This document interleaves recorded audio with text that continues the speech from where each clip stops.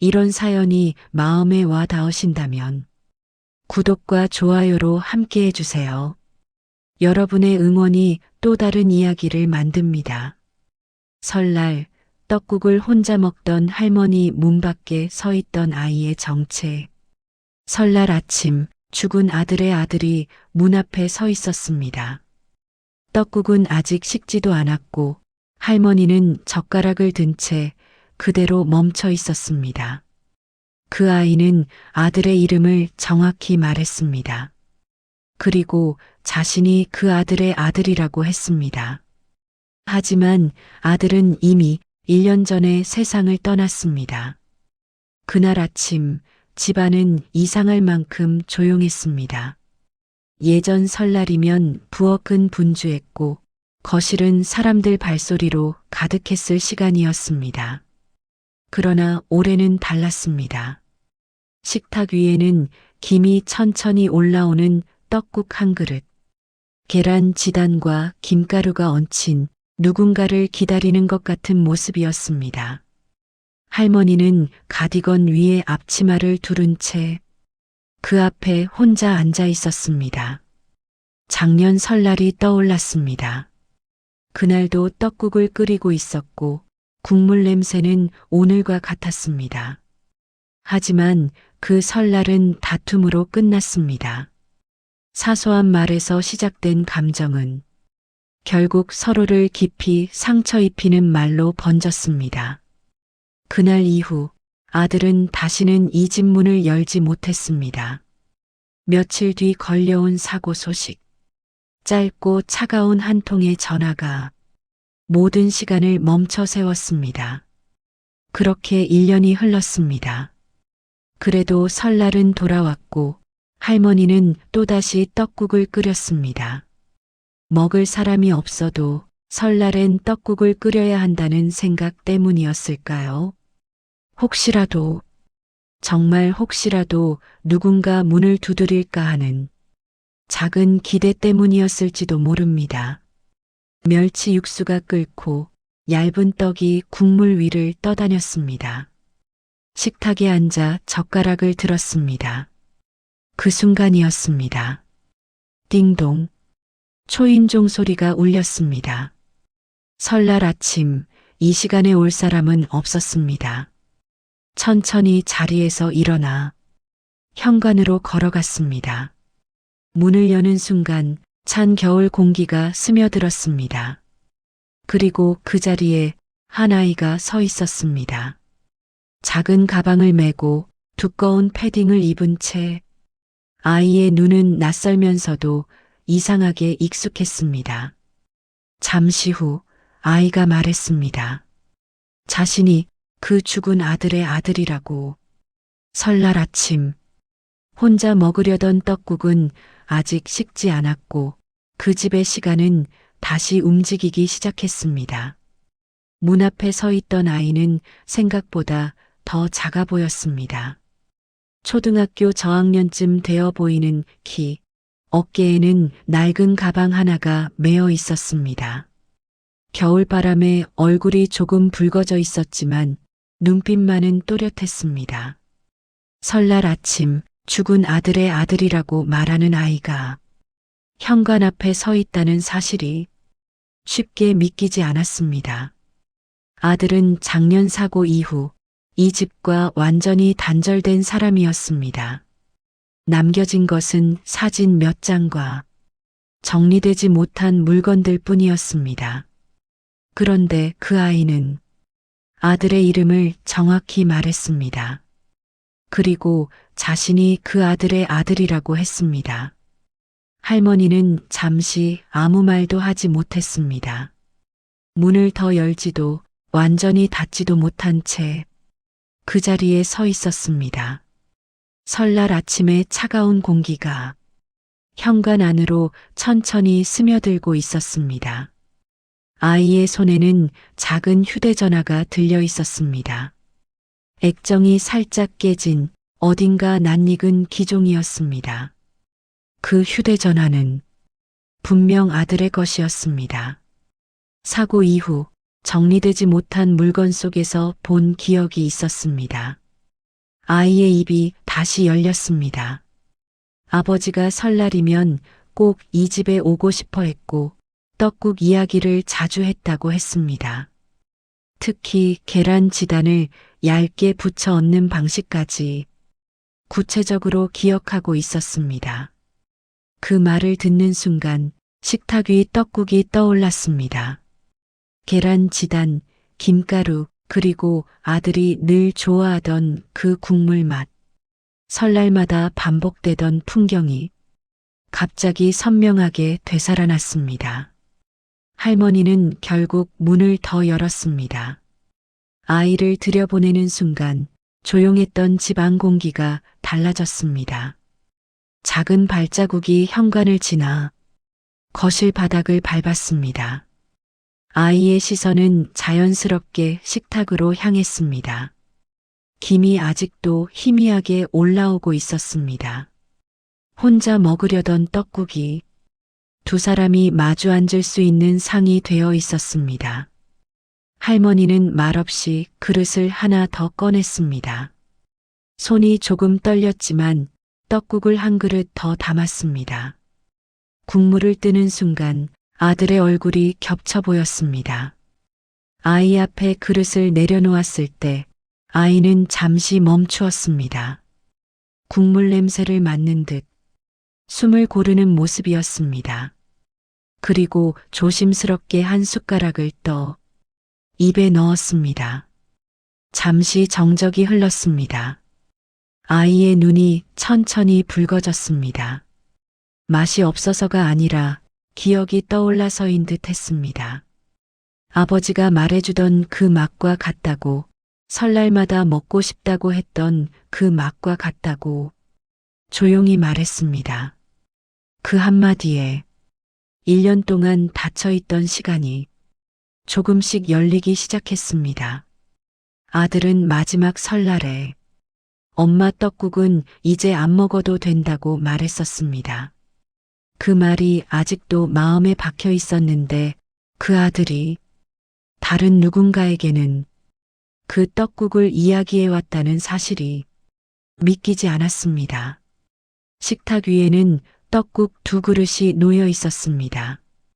김은 점점 옅어지고 있었지만 그 자리는 이상하게 따뜻했습니다.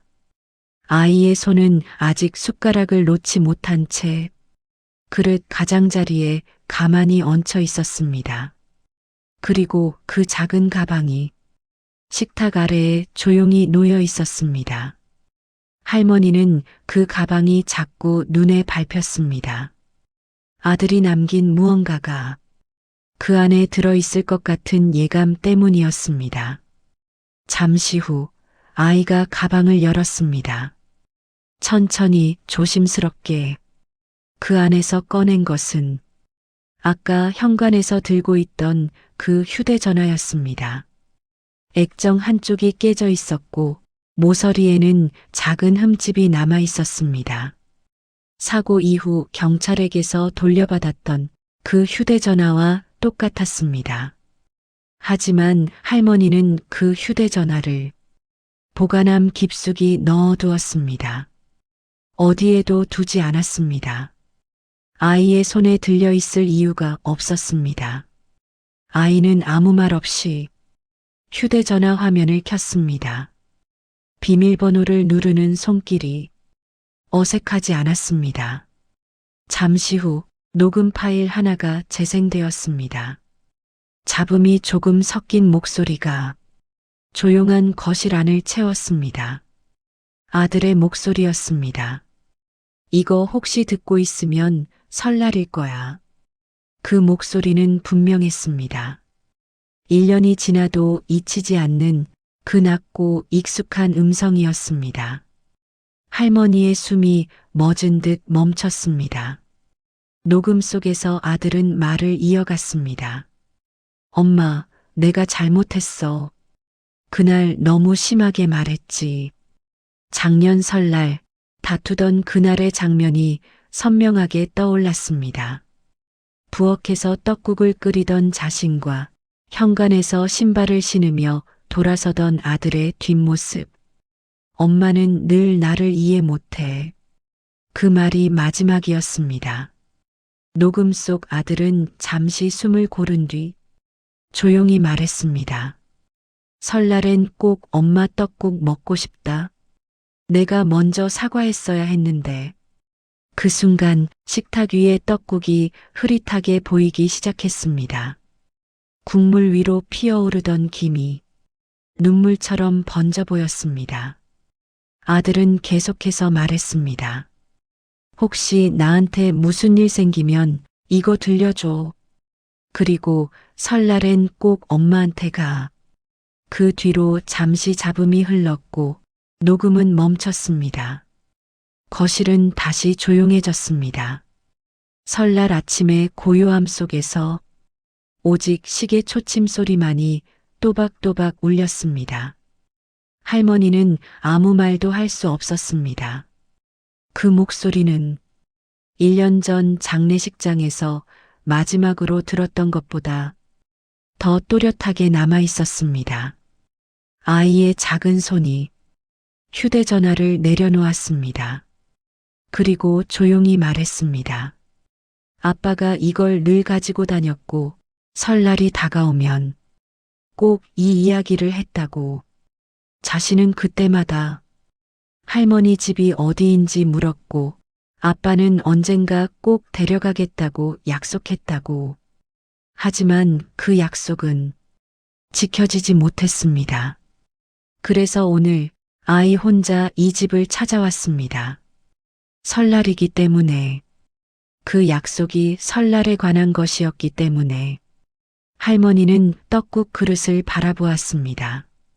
작년 설날에 식어버렸던 국물과 오늘 아직 따뜻한 국물이 겹쳐 보였습니다. 그리고 처음으로 입을 열었습니다. 아들에게 하지 못했던 말을 아들 대신 그 아이에게 하듯이. 설날 아침, 떡국은 여전히 식탁 위에 있었고 1년 동안 닫혀있던 시간이 조금씩 풀리고 있었습니다. 하지만 아직 묻지 못한 질문이 하나 남아 있었습니다. 이 아이는 왜 이제야 찾아왔는지. 녹음이 멈춘 뒤에도 아들의 목소리는 거실 안에 그대로 남아있는 듯 했습니다. 할머니는 한동안 아무 말도 하지 못했습니다. 식탁 위의 떡국은 점점 식어가고 있었지만 그 시간만큼은 멈춘 것처럼 느껴졌습니다. 작년 설날이 다시 떠올랐습니다. 그날도 똑같이 떡국을 끓이고 있었고 아들은 식탁에 앉아 휴대전화를 만지작거리고 있었습니다. 며느리 이야기가 나왔고 그 말이 시작이었습니다. 엄마는 왜 늘 그 사람을 못마땅해 해? 내가 걱정돼서 하는 말이다. 사소한 말이었지만 그 말은 결국 서로를 밀어내는 말이 되었습니다. 아들은 그날 끝내 떡국을 다 먹지 않았습니다. 국물만 몇 숟가락 뜨다가 젓가락을 내려놓았습니다. 이제 엄마 떡국은 안 먹어도 돼. 그 말은 홧김에 내뱉은 말이었겠지만 할머니의 마음에는 깊이 남았습니다. 그날 이후 며느리와의 연락도 끊겼고 아들은 점점 집에 오지 않았습니다. 그리고 며칠 뒤 사고 소식이 들려왔습니다. 급하게 달려간 병원에서 아들은 끝내 눈을 뜨지 못했습니다. 그때는 몰랐습니다. 아들이 혼자였는지, 곁에 누군가 있었는지, 무슨 말을 남기고 싶었는지. 장례가 끝난 뒤 며느리는 더 이상 연락하지 않았습니다. 한 번쯤은 찾아와 무언가를 말해줄 거라 생각했지만 아무 소식도 없었습니다. 그렇게 1년이 흘렀습니다. 그리고 오늘 그 며느리의 아이가 이 집에 와 있었습니다. 아들은 생전에 아이 이야기를 단 한 번도 꺼낸 적이 없었습니다. 숨겼던 것인지 말하지 못했던 것인지 이제는 알 수 없었습니다.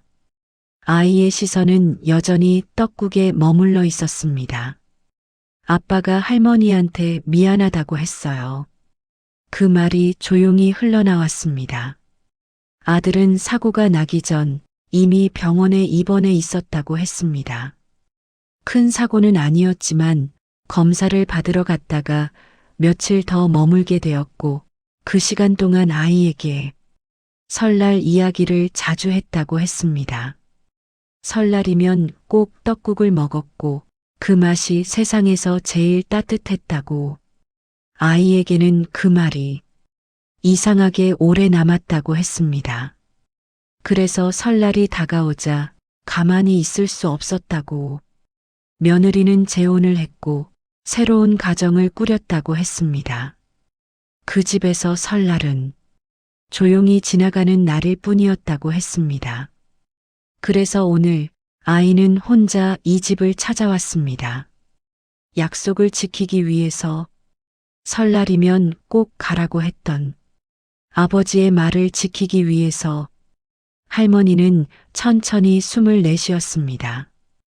1년 전 설날에 붙잡지 못했던 아들의 등을 떠올렸습니다.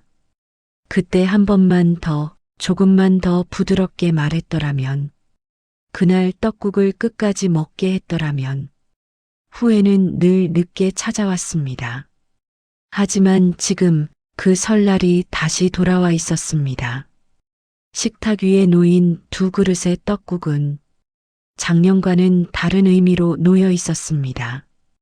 아들이 먹지 못한 떡국을 그 아이가 대신 먹고 있었습니다. 그리고 아직 말하지 않은 진실이 하나 더 남아 있었습니다. 아들은 왜 끝까지 이 아이의 존재를 말하지 않았는지. 설날 아침의 햇빛이 거실 바닥을 천천히 비추고 있었습니다. 이야기는 아직 끝나지 않았습니다. 거실 안은 다시 조용해졌습니다. 창밖에서 들려오던 아이들 웃음소리도 어느새 멀어졌고 식탁 위의 떡국은 거의 식어 있었습니다. 아이는 한참을 망설이다가 다시 가방을 열었습니다. 이번에는 휴대전화가 아니라 작은 봉투 하나를 꺼냈습니다. 조금 구겨진 편지 봉투였습니다. 앞면에는 아들의 글씨로 짧게 이름이 적혀 있었습니다. 엄마에게. 할머니의 손이 멈췄습니다. 아들은 글씨를 급하게 쓰는 습관이 있었습니다. 받침이 흐트러지고 획이 길게 늘어지던 그 글씨. 봉투 위의 글씨는 분명 그 아들의 것이었습니다. 아이의 말에 따르면 아빠가 병원에 있던 어느 날 이걸 꼭 전해달라고 했다고 했습니다. 하지만 사고는 갑작스럽게 일어났고 편지는 아이의 가방 속에 남아 있었습니다. 며느리는 이 편지의 존재를 몰랐다고 했습니다. 아이는 설날이 다가오자 이 편지를 떠올렸고 결국 혼자 이 집을 찾아온 것이었습니다. 할머니는 천천히 봉투를 열었습니다. 종이를 펼치는 순간 손끝이 떨렸습니다. 글씨는 급하게 적혀 있었지만 마지막까지 또렷했습니다. 엄마, 그날은 내가 잘못했어. 괜히 화부터 냈다. 짧은 문장이었지만 그 안에는 1년의 시간이 담겨 있었습니다. 나도 엄마처럼 서툰 부모가 됐어. 그래서 더 이해 못했던 것 같아. 그 문장을 읽는 순간 할머니의 시야가 흐려졌습니다. 아들도 어느새 누군가의 아버지가 되어 있었던 것입니다. 설날엔 꼭 떡국 먹으러 갈게. 애 데리고. 엄마가 한 번은 안아줘야지. 그 문장에서 할머니의 손이 완전히 멈췄습니다. 애 데리고. 그 한 줄이 가슴 깊숙이 파고들었습니다. 아들은 말하지 못했던 것이 아니라 말할 기회를 잃었던 것이었습니다. 편지는 거기서 끝나 있었습니다. 마지막 문장은 잉크가 조금 번져 있었습니다. 마치 급하게 접은 듯. 할머니는 편지를 내려놓았습니다. 그리고 처음으로 참고 있던 숨이 터져 나오듯 흐느꼈습니다. 소리내어 울지는 않았지만 어깨가 조용히 흔들렸습니다.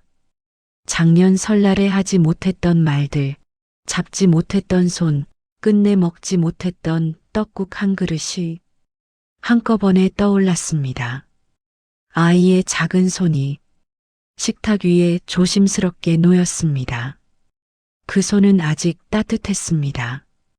아빠가 설날은 가족이 같이 먹는 날이라고 했어요. 그 말이 결국 모든 것을 설명해 주는 듯 했습니다. 할머니는 천천히 아이를 바라보았습니다. 낯설면서도 어딘가 익숙한 눈빛, 아들의 웃을 때와 닮은 입꼬리.